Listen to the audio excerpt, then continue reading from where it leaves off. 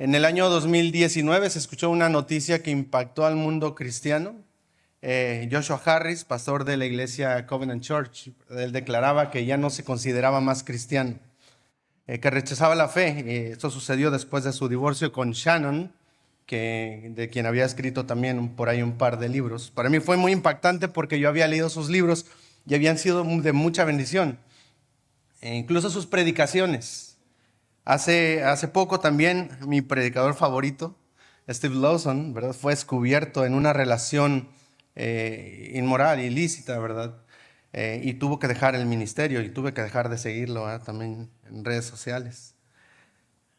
Hay un peligro, hermanos, en la vida cristiana, en nuestro andar como creyentes, y es el peligro de deslizarnos. Cuando escuchaba y pensaba en estos casos, venía a mi mente la pregunta: ¿cómo es posible que alguien que conoce el Evangelio, cómo es posible que alguien que ha predicado, que ha escrito acerca del Evangelio, ahora se aleje de esa verdad que ellos mismos predicaban? Hay un peligro inherente en nuestra fe, el peligro de deslizarnos, y el salmista aquí, Asaf, nos explica que él también había tenido esta experiencia. Versículo 2, en cuanto a mí casi se deslizaron mis pies, dice, por poco resbalaron mis pasos. Es algo que también puede sucedernos a nosotros. El problema es que deslizarse es algo que es muy sutil. Comienza de poco a poco y cuando menos nos damos cuenta ya estamos lejos del Señor. Dejamos de amar a Dios como debemos, empezamos a amar aquellas cosas que el mundo ofrece y nuestro corazón se va enfriando. Dejamos de buscar a Dios, dejamos de orar como lo hacíamos antes, ya no escuchamos la voz de Dios a través de su palabra. Eso afecta nuestra relación con la iglesia. A veces ya no queremos ir a la iglesia, ya no tenemos el mismo gozo por entonar los cantos, por asistir al grupo pequeño, por hacer nuestro estudio del grupo pequeño quizá. Nos comenzamos a enfriar y cuando menos nos damos cuenta, estamos lejos de Dios, persiguiendo los placeres que este mundo ofrece. Y no sé en qué punto de tu vida espiritual te encuentras, si ahora estás firme en el Señor quiere que permanezcas ahí, que permanezcas firmes en el Señor. Pero si has comenzado a deslizarte lejos de Dios, el Señor quiere que vuelvas a la roca, al lugar firme y seguro que está en Cristo. Esta ha sido parte de nuestra experiencia y lo cual nos trajo aquí a Nuevo León, darnos cuenta de que estábamos lejos del Señor. Y a manera de testimonio, aún yo sirviendo en una iglesia, apoyando en una iglesia y predicando, llegó el punto en mi vida espiritual donde estaba tan alejado del Señor que yo llegué a pensar, no estoy seguro si Dios existe. Fue entonces que tomamos la decisión de movernos para buscar un lugar donde crecer, y esta iglesia ha sido de gran bendición para nosotros. Pero Asaf comienza este capítulo de esta manera, versículo 1. Ciertamente, dice, es bueno Dios para con Israel, para con los limpios de corazón. Dios es bueno. Dios es bueno. Y porque Dios es bueno, hermanos, tú y yo podemos acercarnos a Él con confianza y estar firmes en Dios. Dios es bueno, y cuando olvidamos que Dios es bueno, es donde comenzamos a ver otras cosas que nos parecen mejor, nos parecen buenas, y nos deslizamos lejos de Dios.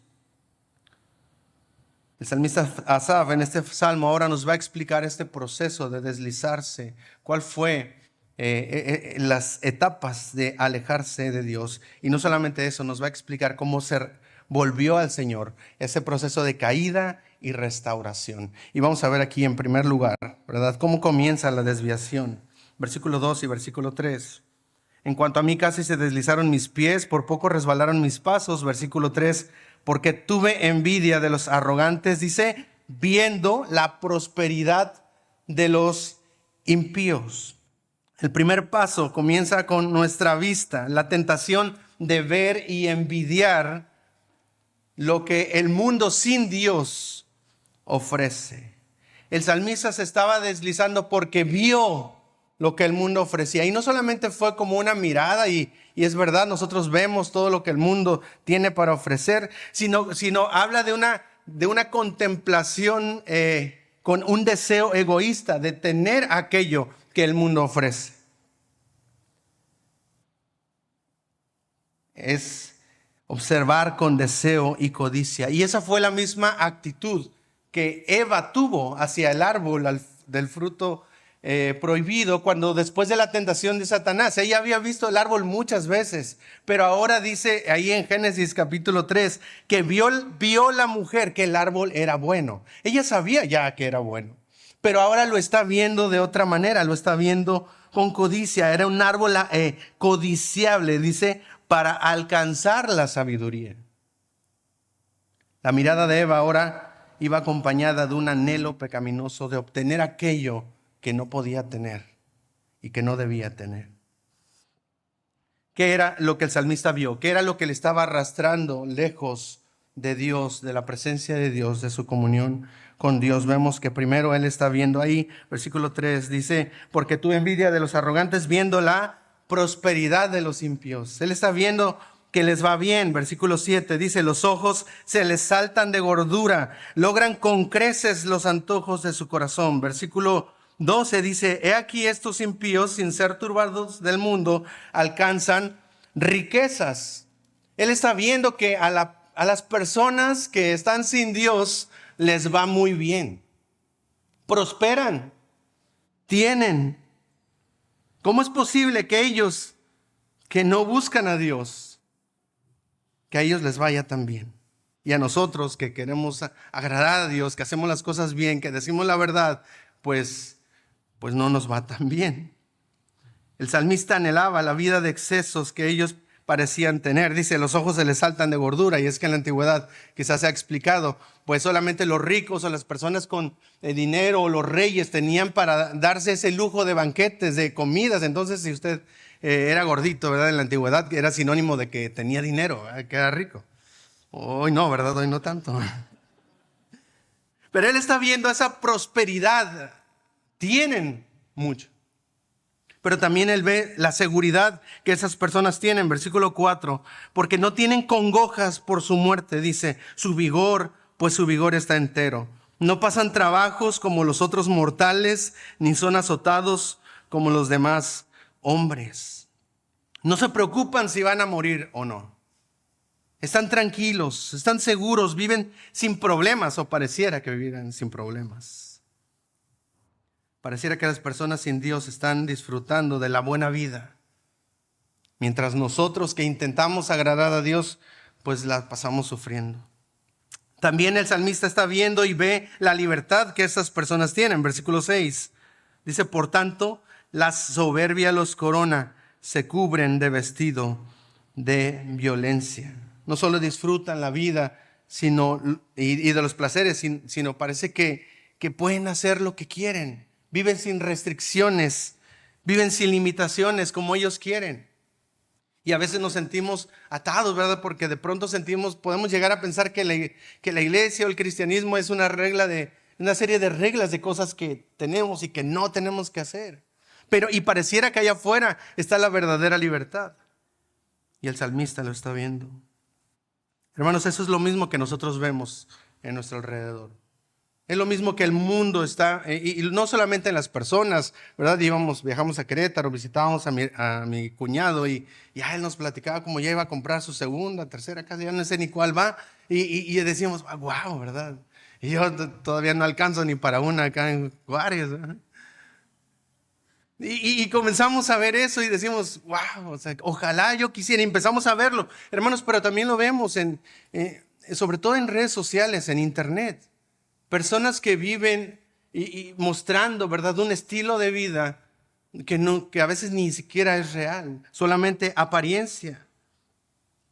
Autos, ¿verdad?, ropa, viajes, restaurantes, y lo vemos y decimos, ojalá yo pudiera hacer eso que ellos están haciendo. Parece que a ellos les va bien y les va mejor.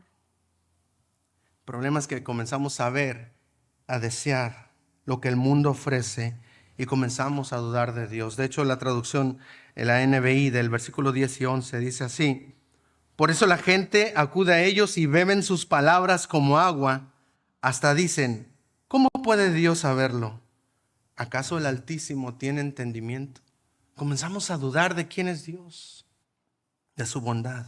Hermanos, pero no debemos olvidar que Dios es bueno, y por eso el salmista comienza así. Dios es bueno, dice, y porque Dios es bueno, hermanos, tú y yo debemos tener nuestra mirada en Dios, en Él, y no en lo que el mundo ofrece, y no en la corriente de este mundo. ¿Cómo fue que el salmista siguió deslizándose lejos de Dios? Vamos, en segundo lugar, vemos la respuesta del salmista, versículo 12 y 14 en adelante. Dice aquí: estos impíos, sin ser turbados del mundo, alcanzan riquezas. Dice: verdaderamente en vano he limpiado mi corazón y lavado mis manos en inocencia. Versículo 21 y 22 dice así: se llenó, dice, de amargura mi alma, y en mi corazón sentía punzadas. Tan torpe era yo que no entendía. Era como una bestia delante de ti. En el día a día, hermanos, vamos a ver un conflicto entre la vida, ¿verdad? Lo que experimentamos en el día a día y lo que la Biblia dice. La respuesta del salmista después de ver y envidiar fue ahora llenarse de amargura en su corazón. Pareciera que la vida en este mundo contradice la idea de que Dios es bueno, y por eso muchas personas llegan a preguntar: bueno, si Dios es bueno, ¿por qué hay tanta guerra? ¿Por qué hay tanta muerte? ¿Por qué los inocentes sufren? Y eso hace que sea muy lógico para algunos rechazar a Dios, porque no buscan a Dios. Parece que los que no buscan a Dios les va bien. Y el salmista está experimentando esto. ¿Y qué está sucediendo en este mundo, verdad? Que está al revés. ¿Por qué este mundo está de cabeza? Y en la vida del salmista, al hacer lo correcto, no le había ido tan bien, de hecho. Mira lo que dice el versículo 14, ya leímos 14, al 16. Versículo 14 dice: pues he sido azotado todo el día y castigado todas las mañanas. O sea, a ellos les va bien, mientras yo intento hacer lo correcto y servir a Dios. ¿Y qué es lo que recibo? No es una casa nueva o un auto nuevo, son azotes. Hermanos, muchas veces tratamos de vivir la vida cristiana y hacer lo correcto y no vemos resultados. Y muchas veces nos llenamos de amargura en nuestro corazón. Quizá pensamos: ¿por qué es tan difícil la vida cristiana? ¿Por qué es tan difícil hacer lo correcto? ¿Por qué es tan difícil criar a mi hijo? ¿Por qué es tan difícil vivir, someterme, no sé, a este marido, ¿verdad? ¿Por qué es tan difícil amar a esta mujer? ¿Por qué es tan difícil dejar el pecado? Y empezamos a llenarnos de amargura. Y el autor de Hebreos por eso nos dice: mirad bien, no sea que alguno deje de alcanzar la gracia de Dios, que brotando alguna raíz de amargura os estorbe y por ella muchos sean contaminados. Hermanos, pero no debemos olvidar que Dios es bueno. Dios es bueno, y porque Dios es bueno, tú y yo debemos examinar nuestro corazón e identificar nuestro pecado. Hebreos 3:12 dice: mirad, hermanos, que no haya en ninguno de vosotros corazón malo de incredulidad, para apartarse del Dios vivo. Entonces el salmista comenzó a desear, y ahora está lleno de amargura. ¿Cuál es la respuesta ahora? ¿Qué vamos a hacer? Y en este punto, hermanos, muchas veces se define quién realmente conoce al Señor y quién realmente vive para sus propios deseos. El salmista ahora, en tercer lugar, encuentra la solución. Él voltea al Señor. Él vuelve a Dios. Mira lo que dice el versículo 17 en adelante. Dice: hasta que entrando en el santuario de Dios comprendí el fin de ellos. Ciertamente los ha puesto en asolamientos los hará caer.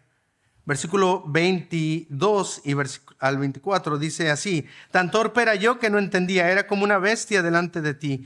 Con todo yo siempre estuve contigo, me tomaste de la mano derecha, me has guiado según tu consejo, y después me recibirás en gloria.